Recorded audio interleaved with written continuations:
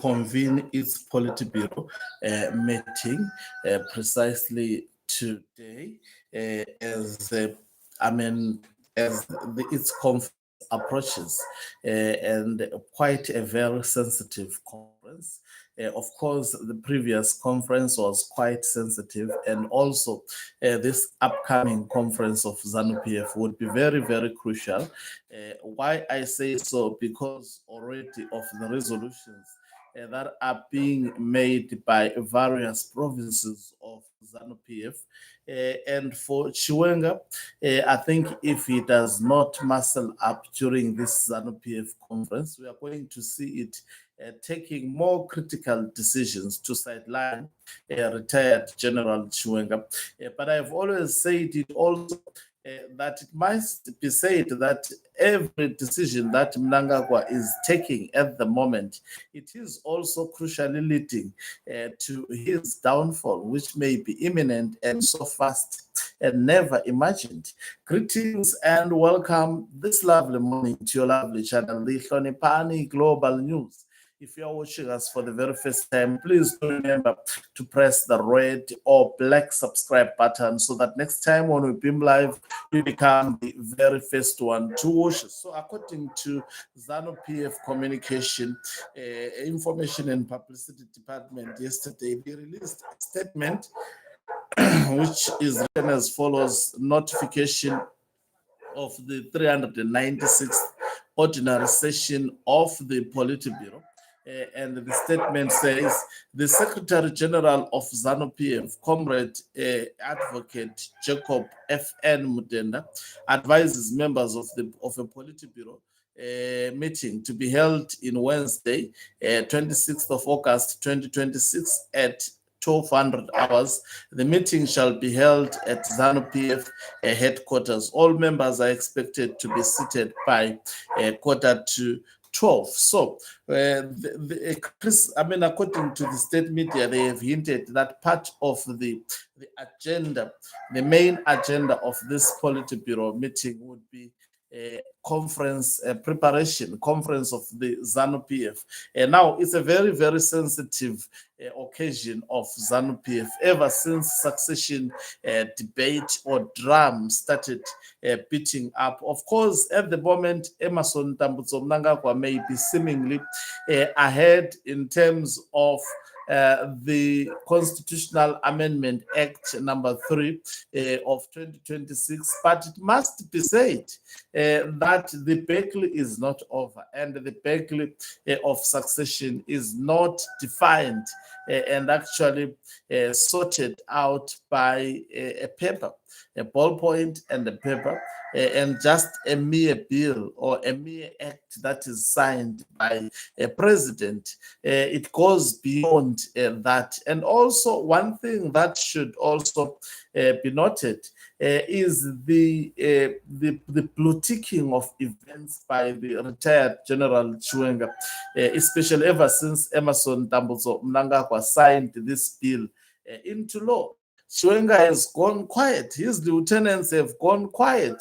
And that on its own cannot really substantiate that they are running out of options or ideas. It simply means they may be planning, but that planning is actually secretive.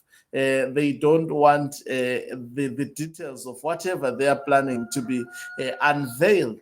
And equally so, Emmerson Tambutso Mnangagwa is also carefully advancing in terms of making sure that he shuts the door of a possibility of Chiwenga's presidency within ZANU PF. So, how is it doing that? Someone may ask. If you have been watching my channel over the past few days, I've noted that over the past weekend, Masungo convened a gathering, as well as also Mashonaland West, which will host ZANU PF National Conference. It's the home province of Blessed Keza, and definitely Blessed Keza having died a fighting man and vowing also to fight on his grave. We will be looking at the events that will take place leading to that particular conference of ZANU PF. But I must undertake to say it's a very crucial conference. Mnangagwa this time around wants to openly demonstrate to retired General Chiwenga that he is shutting entirely any of his ambitions of becoming a president in Zimbabwe through the ZANU PF political framework. How is it doing so? If you look at Masvingo as well as also Mashonaland West provinces, they adopted, Mashonaland West to be precisely, adopted 26 resolutions. And there is a very, very topical resolution amongst the resolutions that they adopted, which they said they will be pushing through this year's conference in Mashonaland West. They are saying they want Mnangagwa to a resolution to be written and stated clearly that Emerson Tambutso Mnangagwa should remain the first secretary as well as the president of ZANU PF in the next Congress of ZANU PF. I think it is scheduled to be carried out next year. They are saying they want Mnangagwa to be the sole candidate as the first secretary and the first, and also the second resolution that they say they want the ZANU PF constitution to be aligned with the national constitution.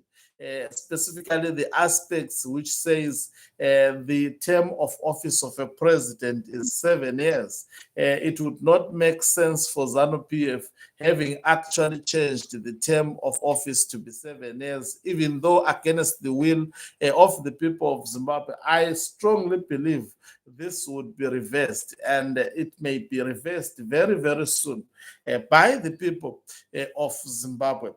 I can attest to you, it's not something that is sustainable. Just imagine I give birth today. If it's elections this year, my child, next term, my child would be in grade 7. The following actually terms, when the president, if my child is born today with the president elected, by the time the president finishes 2 terms, my child would be already at advanced level. If we are looking at the Zimbabwe education system, preparing to go to university, you can see that that is unbearable. Even 5 years is a lot. According to me, I wish a term could even be 3 years or even 4 years. So that we can see a president who is, and if a president begins to start nonsenses like Emerson Tambutso Mnangagwa, we could easily, decisively get rid of that problem as quickly as possible.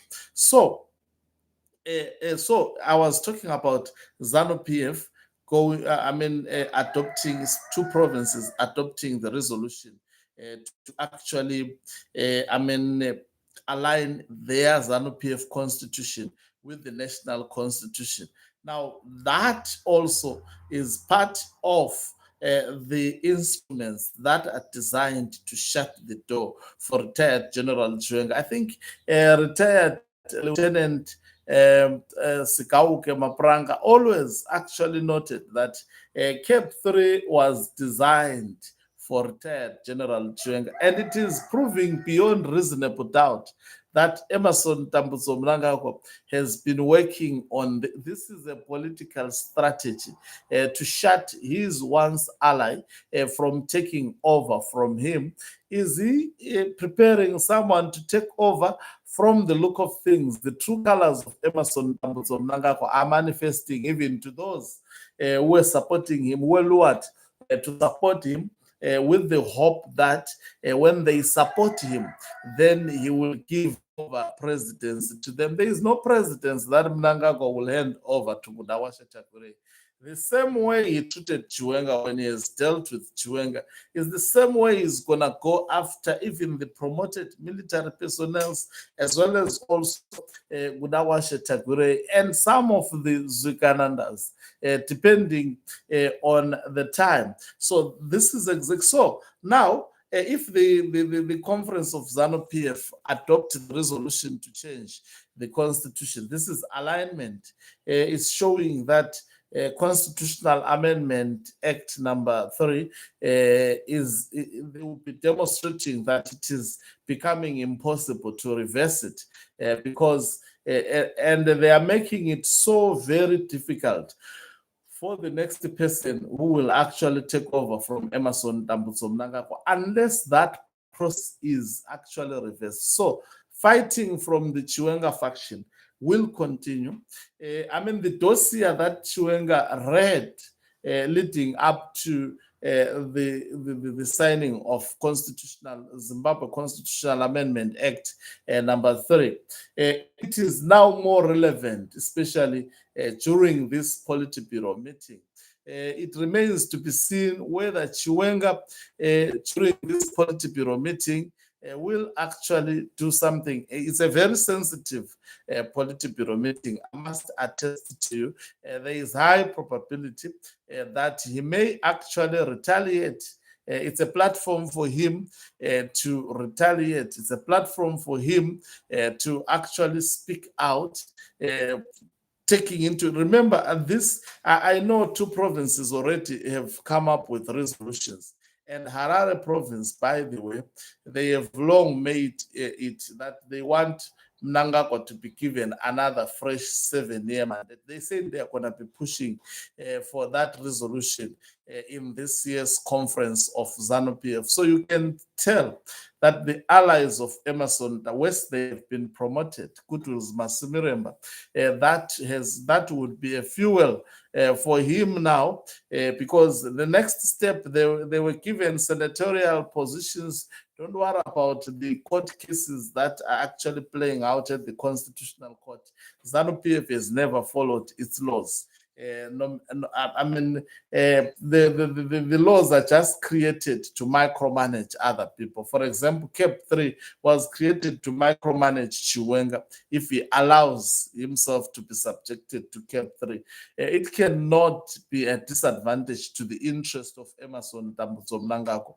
They will actually raise it as a law if Chiwenga is perceived to be opposing it, or any ZANU PF member is perceived to be opposing Emerson Dambudzo Mnangagwa's ambitions to take over, to continue, in fact, as the president until nobody knows, until God takes him from this world. That is the direction which Emerson Dambudzo Mnangagwa unfortunately wants to undertake. Thank you very much for watching us. If you are watching us for the very first time, please do remember to press the red or black subscribe button so that next time when we beam live, you become the very first one to watch us. You can financially support this channel by pressing the join button and be part of our members who are the heartbeat of this channel. You can equally do so by pressing the thanks button and send us stars. Is signing out.